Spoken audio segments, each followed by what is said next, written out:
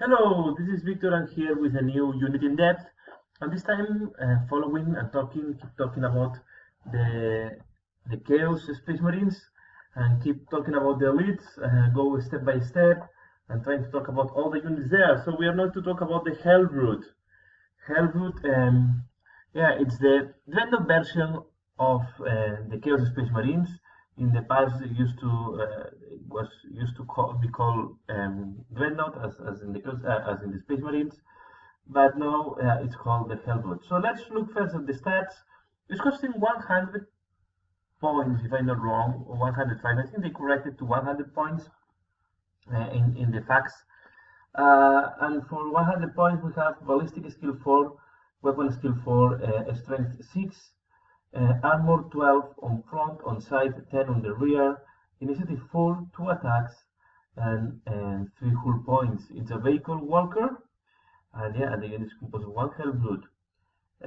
You can have multi-melt, it's coming with a multi-melt and power fist, and have the quest rules. Quest rules is a table that you can see now in the screen. It's telling you if you receive damage, you have to roll in the table, and then you will have different effects. So on 1, you stand and shoot, so you will be immobilized, and then you will shoot your weapons to, if it's possible, to the enemy that causes damage, and if it's not possible, to the closest enemy. If you roll a 2, you have rage, and if you roll a 3, you have blood rage, means that you have to run like crazy against the enemy, try to engage in close combat. So you can see it's quite random. You can go from being static to being very aggressive in close combat. Options, and the options that the Helbrute has is you can replace the multi-melter by one of the next, and is by a power fist, by a twin-wing heavy bolter, by a Reaper cannon, a plasma cannon, twin-wing last cannon, and you can upgrade up to 2 power fists. So you can upgrade, if you change the multi-melter by power fist, you can upgrade both. You can upgrade them to incorporate a combi bolter or heavy flamer for 5 and 15 points. And I forgot to say the points. Twin heavy bolter 5 points, Reaper cannon 5 points. If you compare Reaper cannon on the Helbrute 5 points, I know that you pay the multi-melter. The multi-melter is normally 5 points or 10 points. So if you add all the cost is 15 points, if you compare this to the 25 points of the Terminators, I don't get that point. So but okay, let's move forward. Plasma cannon 10 points, and twin wing last cannon 25 points. You also can replace the power fist by a thunderhammer or by a power scourge, and you might replace one power fist by missile launcher. So you can have a shooting weapon, and I will check just because I'm checking just what is the rules of the power scourge. So this power scourge is just a flail, have the flail special rule. Okay, so let's talk a little bit how I think the basic setup is good. I think the Helbrute, you want to keep it cheap. It's the problem we have today with Armor 12 on Warhammer 40k is that they are quite easy to kill, and with 3 hull points they can be killed by saturation of fire. There is a lot of fire of strength 7 around there, so they need 5, but it's quite easy to kill. I think the dreadnoughts are quite strong if they can engage in close combat with units. But then you only have 2 attacks plus 1 for assault. If you have rage, you will have 2 attacks, means that you are damaged, or you can add the additional weapon. I will not invest a lot of points, to be fair, on the dreadnought. I think with the multi-melter is okay, and if you want to invest a little bit more points, the autocannon, the plasma cannon is not bad, the autocannon is not bad neither.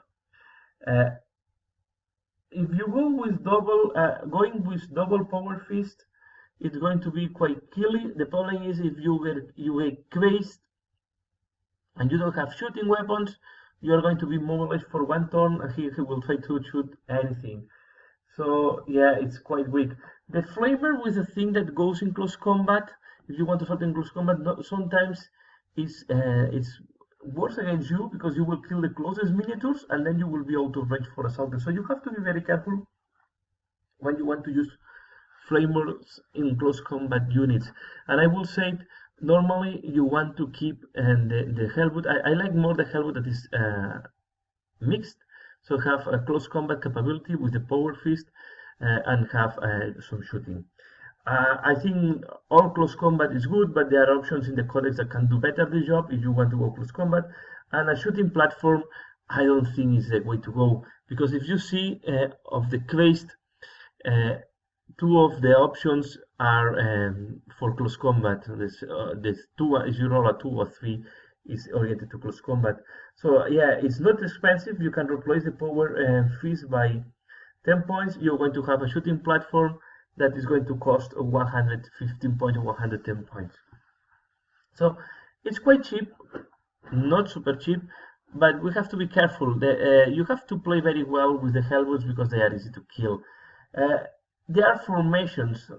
Apart of that, there are some formations from the Helbrutes that they make them stronger and more scary.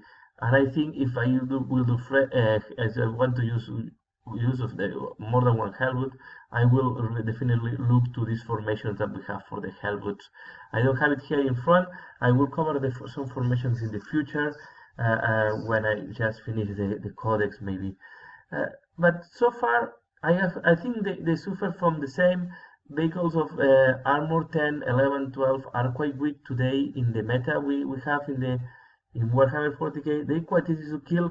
If you want to play low points, I think when you play 500 points, 1000 points, then is when these vehicles that are quite cheap and unaffordable at this points level, they can excel, because there are not going to be too many weapons that can overcome the armor of the Helbrute. There are not going to be too many vehicles that can damage him, and then is when this vehicle or when the Helbrute will do better job.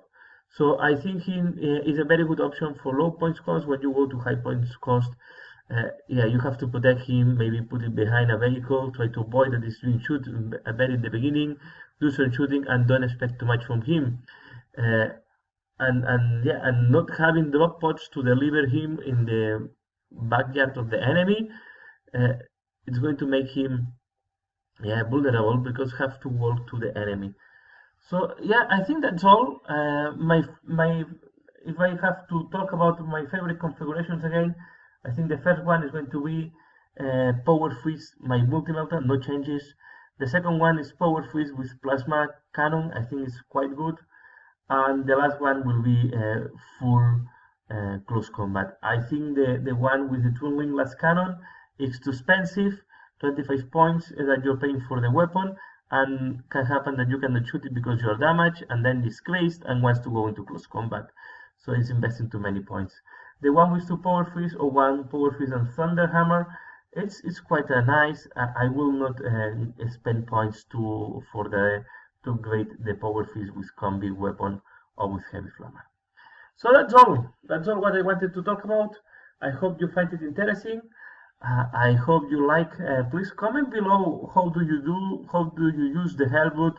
If you play Chaos, let me know how you use the Helbrute, how you like to use it, what are the configurations that you like the most. If you play Space Marines, you can do the same, because you can tell me what are the best configurations or what is the configurations that you prefer for your Dreadnoughts. And if you have played against Helbrute, let me know what do you think about them. It's difficult to deal with them, or it's too easy to kill, have been a pain or not. So it's interesting always to see the point from the other side. And for now, that's all. As usual, comment, like if you like it, subscribe if not subscribe it. Thanks a lot for watching, and see you again later. Bye.